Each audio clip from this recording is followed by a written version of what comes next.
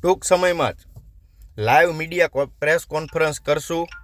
ટૂંક સમયમાં જ હું આવું છું અને મનસુખ માંડવિયાના કરોડોના કૌભાંડ મારી પાસે જે માહિતી આવી છે ને કરોડોના કૌભાંડ હું બહાર પાડીશ.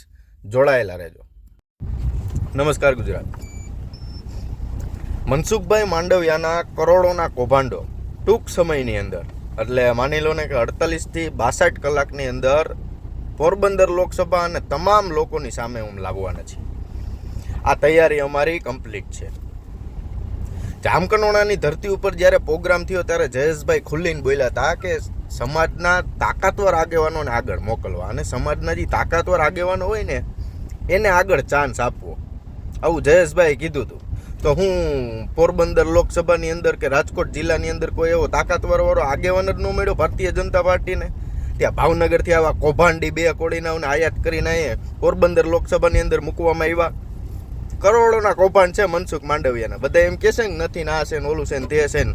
ટૂંક સમયમાં તમારી સામે આવશે મીડિયા દ્વારા તમામ કૌભાંડો પેપર સહિત. તો આ આપણા સમાજે વિચારવાની બાબત છે. ભારતીય જનતા પાર્ટીએ મનસુખ માંડવિયાને ભાવનગર, અમરેલી, જુનાગઢ આવા કેટલાય ઠેકાડીને પોરબંદર મૂકી દીધા. કોઈ સમાજનો એવો તાકાતવર આગેવાન જ નહોતો.